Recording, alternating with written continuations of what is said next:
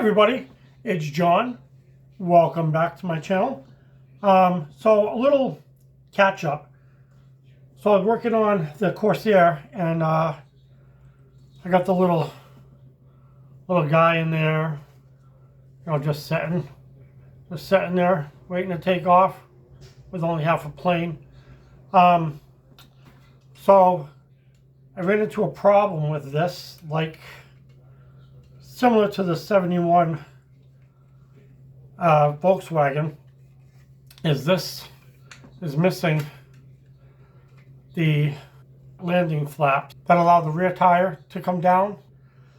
That is missing, both of them.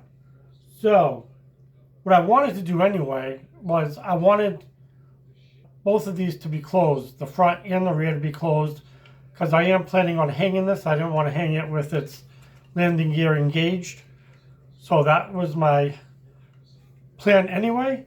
I have to see what I'm going to do about this. If I want to fabricate something or write to Revell and tell them I'm missing it and wait for them to send it to me.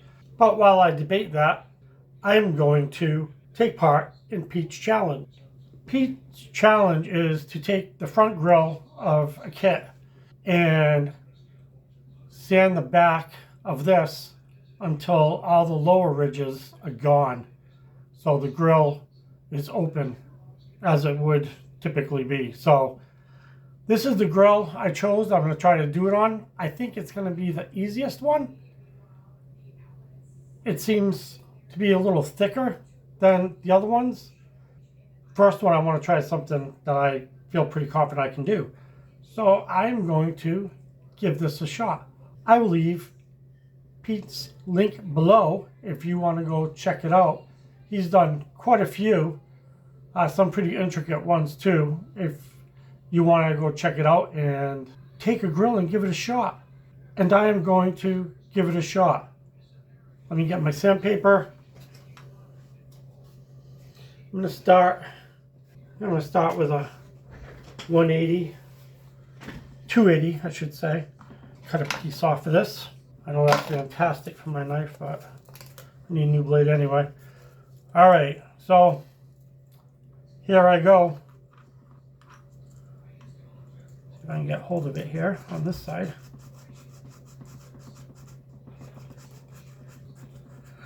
So I'm not going to make you watch this whole thing. I know you probably will love it to just watch me sit here and move my thumb back and forth. But unfortunately, I'm going to stop the camera.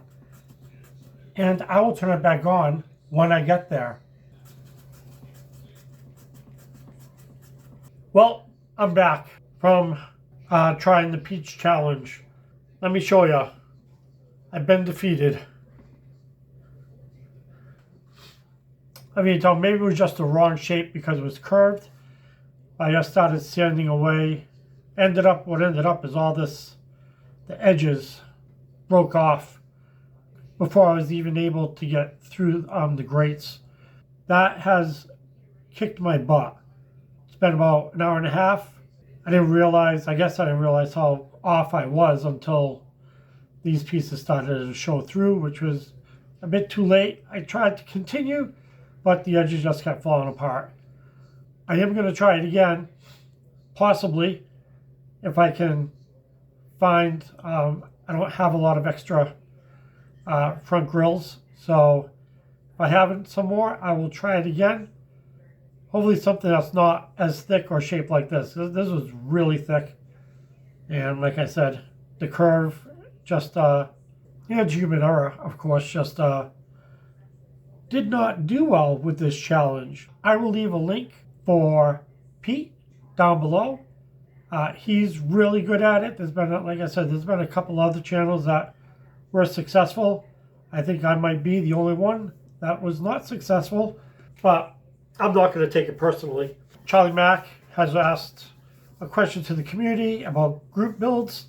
And I heard too that a lot of people have canceled their group builds because they feel there's too many going on. The way I feel about it is I don't think you should cancel your group builds. It gives people a choice of what they want to build. You shouldn't feel any pressure to join a group build. I made the mistake of telling Adam that I was going to jump in on the naked build, but as it turns out, I can't. You need to just pick and choose things that interest you and what you want to build, and if it suits you. But if you want to do a group build, I don't think you should not offer your group build just because there are other group builds going on. I've done a few group builds already. I enjoy them. Look forward to doing more. So the ones that promote other group builds, I think, should just keep doing it. Don't stop. I don't think anybody should feel pressured or like they have to join a group build. I mean, pick and choose. Do what you can. I'd like to join more group builds, but I don't have the means to buy, any kit that is coming up on a group build. So I do the ones I can. I think it's more up to the builder on whether they want to join or not, than it's up to the ones who are putting on a group build, whether they want to offer it or not because of the amount of group builds. I say carry on with the group builds. If you can, jump in. If you can't, don't. Just do what you want. Do what you like. Just model on. That's what I think about group builds. I hope this made sense. I know there was some rambling because I tend to do that a lot. But as I was standing, I was thinking about the plane. So I'm going to continue building it. I'm going to take some styrene. I think once I have the body together, I will work on getting the styrene in there. I suppose, I don't know which way to do it. Either way, I'm going to fill that. So the landing gear will be up anyway. I think I can manage that. So that's what I'm going to do. I'm going to put it together, and I'm going to fill all the seams and paint it and just keep on and going. I will keep you updated on this. I just want to say thank you for joining me. If you're watching and you haven't already, please subscribe. I thank all my subscribers, new and old. Click that like button and share. Ring that bell so you know every time I put up a new video. Thank you again. I will see you next time, and God bless.